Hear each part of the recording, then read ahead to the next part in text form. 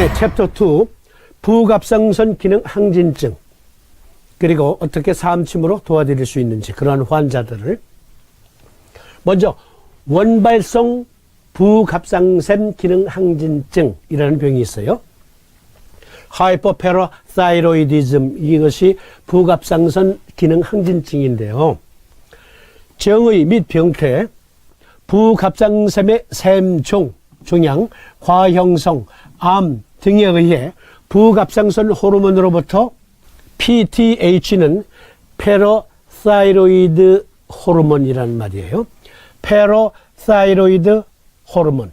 PTA가 과잉으로 분비되어 고칼슘 혈증, 저인산 혈증, 소화기 증상, 뼈병변 등 다양한 증상을 나타내는 질환이다. 원인으로는 샘종이 압도적으로 많고 그 밖에 과형성이나 드물게는 암 등이 있다. 네, 이 그림처럼 갑상선에 붙어있는 쌀처럼, 쌀 모양으로 붙어있는 갑상선이 이렇게 커져요. 이게 쌀 모양이잖아요. 이렇게 커져요. 갑상선 종처럼 이렇게 갑상선이 비대해지는 것처럼. 그리고 암, 과형성 등등의 원인으로 갑상선 기능 항진증이 나타나는데요. 증상, 고칼슘 혈증에 의한 증상이 나타납니다. 1, 2, 3, 4, 5, 6, 7, 8, 9 여러 증이 있는데 그 중에 대표적인 증, 첫 번째, 소화기 증상, 오심, 구토, 식욕부진, 위궤양 등이 이것으로 생깁니다. 두 번째, 요령의 증상, 다음 물을 많이 먹고 다녀 오줌을 많이 싸고 야간 반려, 야간에 오줌을 수시로 왔다 갔다 소변을 봐요. 또는 요로 결석 등이 있습니다. 신경 근육 증상은 근력 저하, 정서불안, 우울증 등이 생겨요. 그러니까 칼슘이 신경 전도 역할을 한다 그랬잖아요. 전기 충격 그 전도 역할을 한다 그랬잖아요. 그것이 약해지면 근육 신전이 잘 안 돼요. 근력이 약화돼요. 뼈 병변 증상은 골막 하골 흡수, 낭종성, 뼈 염증 등이 생기기도 하고, 네, 이러한 증상들이 무엇 때문에 생긴 거냐면 바로 고칼슘 혈증 때문에 생기는 거예요.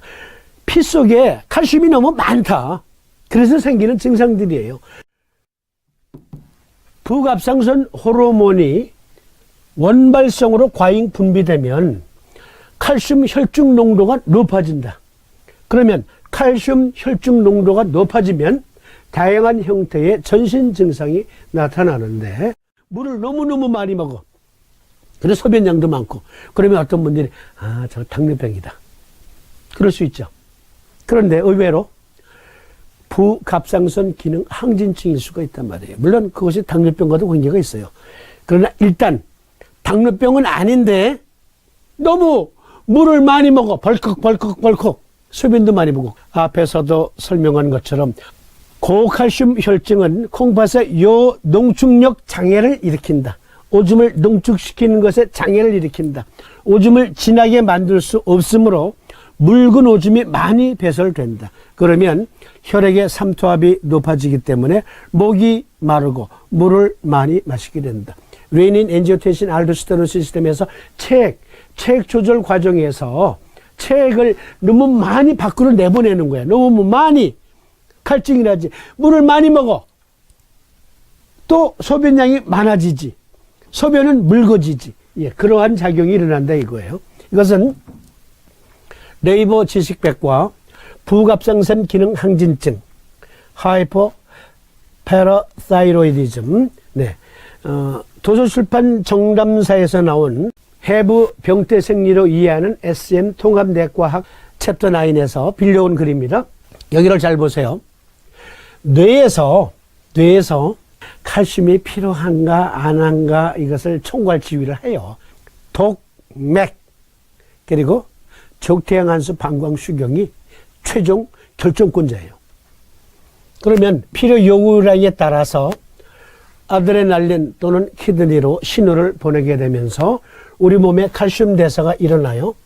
거기에는 간도 작용을 하고, 그리고 소장도 돕지요. 그런데 이것이 결국은 무엇과 관계가 있냐면 면역 시스템과 또 관련이 있어. 제가 자주 강조드리는 말씀. 삼심의학은, 삼심의학의 대주제는 면역과 암이다. 삼사부님은 최초로 림프암을 규명해 내신 분이에요. 그리고 그 치료법을 내신 분이에요. 우리 몸의 인체의 면역 시스템 너무나도 잘 아시는 분이십니다.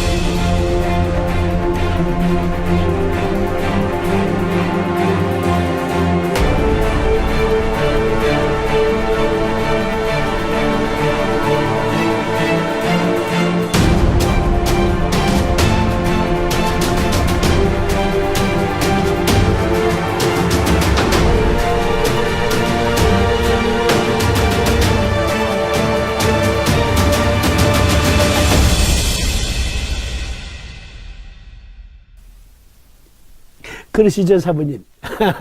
빙그레 웃으십니다.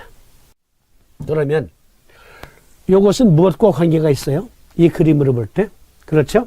간과 신, 간목경, 신수경. 우리가 음식을 먹으면, 수곡 어육을 먹으면 그것이 소장에서 흡수가 되어서, 그리고 대장까지 가서 찌꺼기 중에서도 또 영양성분이 있는가 확인해서 수거하게 돼요. 어떠한 통로로? 간 문맥을 통해서. 그러면 간 문맥을 통해서 모든 영양성분이 간으로 가요.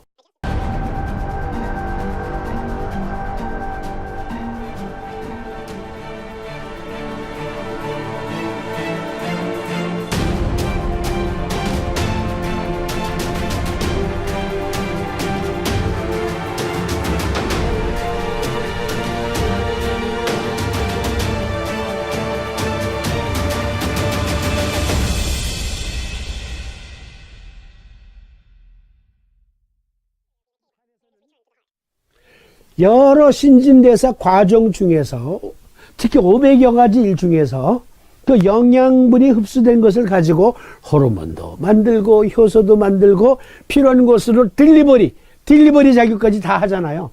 그렇죠? 그러면 거기에서 찌꺼기가 생겨요. 우리 몸에 찌꺼기가. 화학 공장이니까 유독 화학 폐기물이 생긴단 말이에요. 그것을 그대로 신장으로 보내게 되면 신장이라는 필터가 막혀요.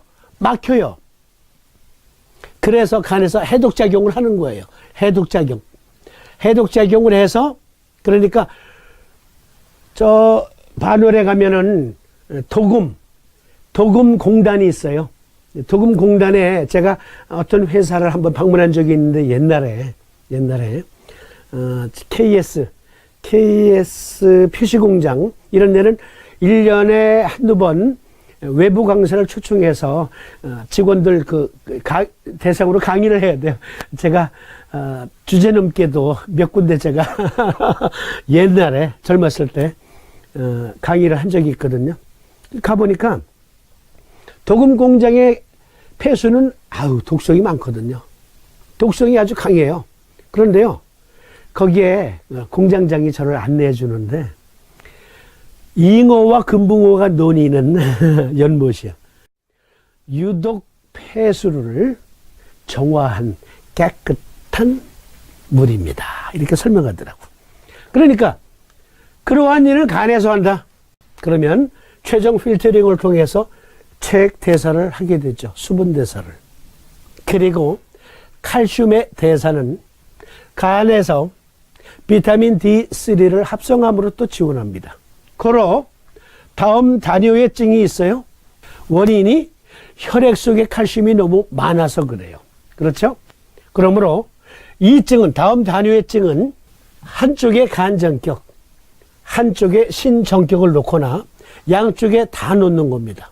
필요하다면. 그런데 문제는 경거혈, 폐금경의 금혈인 경거혈은 간 정격에서는 S극, 즉 살을 하거든요. 사법, S극을 부착하고 신정격에서는 N극을 부착해요.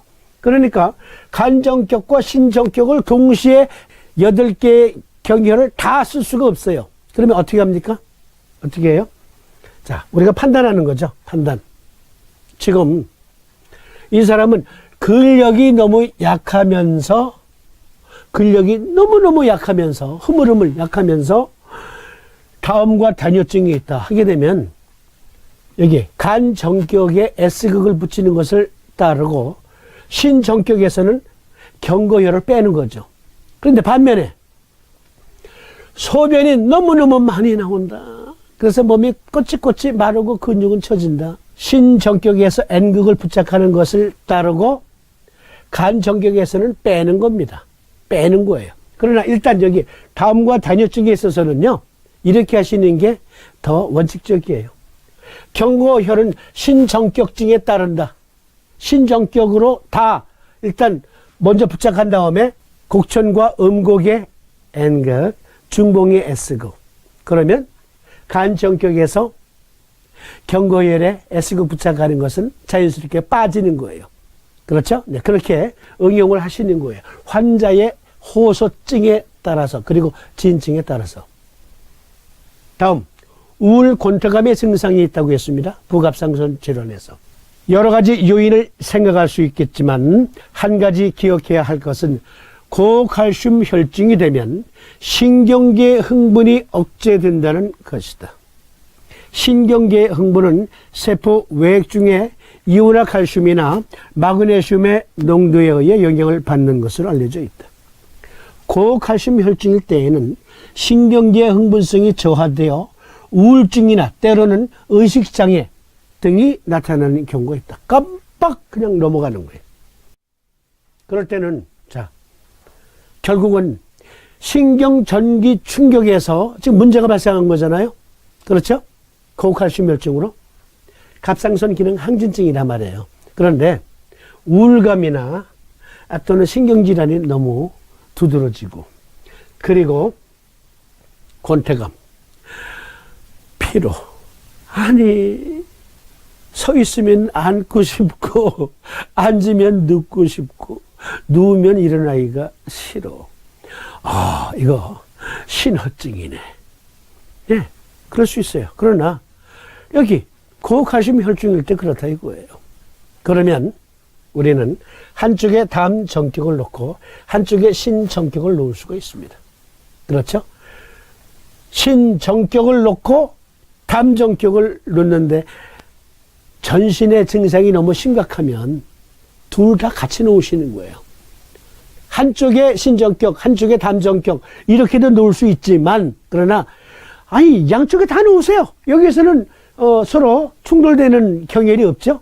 그대로 다 놓으시는 겁니다. 그 다음 근력 저하와 곤태감이 있습니다. 아우, 진짜 근력이 너무너무 약해. 근력이 약해. 고칼슘 혈증이 되면 근육이 흥분하기 힘들어지고 근력이 저하된다. 실제로 근력이 저하되지 않더라도 환자는 전신 곤태감을 호소하는 경우가 있다. 좀 전에 슬라이드에서 본 거는 정신력과 관련된, 정신질환과 관련된 우울증, 곤태감이라고 한다면 이것은 근육의 힘이 너무너무 떨어져서 곤태감이 있는 거예요. 근육의 힘이 너무너무 떨어져서. 그런데 알고 보니까 고칼슘 혈증 때문이야. 그러면 한쪽에 간정격, 한쪽에 신정격을 놓을 수 있지만, 그러나 양쪽에 그냥 다 놓는다. 왜? 전신질환이니까. 이때는 경거혈은 간정격증을 따르는 겁니다. 이때는 간정격을 먼저 놓고, 그리고 신정격을 놓는데, 경거혈은 이미 붙였네. 그러니까 자연스럽게 빠지는 거죠. 다시 말씀드리면, 근육의 허탈, 근육의 허탈증 때문에 생긴 전신 권태감이라면 부갑상선 질환인데 모든 질환을 그냥 멀티로 다 갖고 있는 사람도 있지만 대부분 그 중에서도 어떠한 질환이 더욱더 특징적으로 두드러지거든요. 우리가 성목군 마을에 가서 머리끝에서 발끝까지 불편한 증상 한 10대까지를 호소합니다. 근데 10대까지를 어떻게 다 한꺼번에 고쳐드려요. 그러니까 우리가 묻지요? 오늘 지금 이 시간, 지금 이 순간 이것만큼은 이 15가지나 되는 증상 중에서 이것만큼은 좀 먼저 해결됐으면 좋겠다 하는 거 있으면 딱 하나 찍어보세요. 그러면 이제 딱 찍거든요. 그러면 그거 위주로 우리가 또 도와드리기도 하거든요.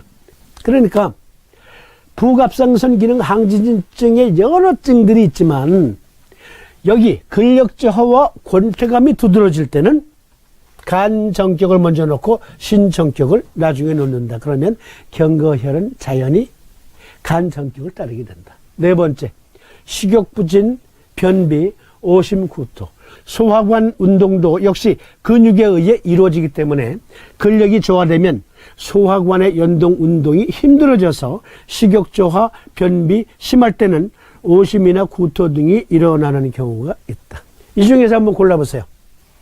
이게 다 부갑상선 기능 여러 증, 항진증이든 저하증이든 꼭 관계되어 있는 경맥이에요. 간목경, 비토경, 그리고 담목경, 소장화경. 그런데 여기서는 그렇죠? 지금 소화관의 연동 운동이 힘들어져 있어요. 비정격 생각해 볼 수 있죠. 그리고 소장정격 생각해 볼 수 있죠. 근력이 또 역시 떨어져 있어요. 간목경 생각해 볼 수 있죠. 담목경 생각해 볼 수 있죠. 여기에서 변비는 어떤 변비냐면요.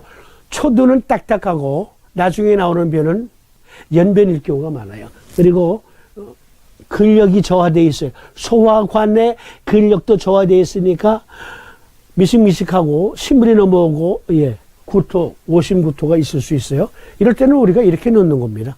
여러 경우의 수. 오늘 제가 제시하는 것이 FM은 아니에요. 왜냐하면 막상 환자를 만나보면 여러 증이 막 뒤섞여 있거든요. 그러니까 최종 판단은 환자를 우리가 대할 때 그때 예리한 판단으로 결정해야 되겠지만 일단 원칙을 말씀드리는 겁니다. 자, 이 경우에 간정격이나 담정격을 먼저 생각해 놓고 그리고 비정격을 놓는 겁니다. 비정격을 놓으면 자, 족태음수 비토경은 소화기관 전체를 지휘한다. 위토경과 함께. 따라서 소화관 근력, 소화관의 근력이 떨어져서 생긴 것이니까 간정격, 담정격 중에 하나를 선택을 하고 그리고 비정격을 놓는 방법이 있죠. 어떨 때? 오심구토가 심할 때. 오심구토가 심할 때. 그리고 또 하나의 경우의 수는 간정격이나 담정격 중에 하나를 먼저 생각해 놓고 그리고 소장정격을 생각해 볼 수 있겠죠. 소장정격. 소장에서 칼슘 재흡수가 이루어지지 않으면 또 근력이 약해질 수밖에 없거든요. 변비, 소화장애 등등을 지원하기 위해서 소장정격을 쓰는 겁니다. 여기에서의 변비는 실열 변비가 아니라 소장 대장이 축 늘어져 있는 상태예요. 축 늘어져 있는 상태. 그렇기 때문에 소장정격이 필요할 수도 있어요.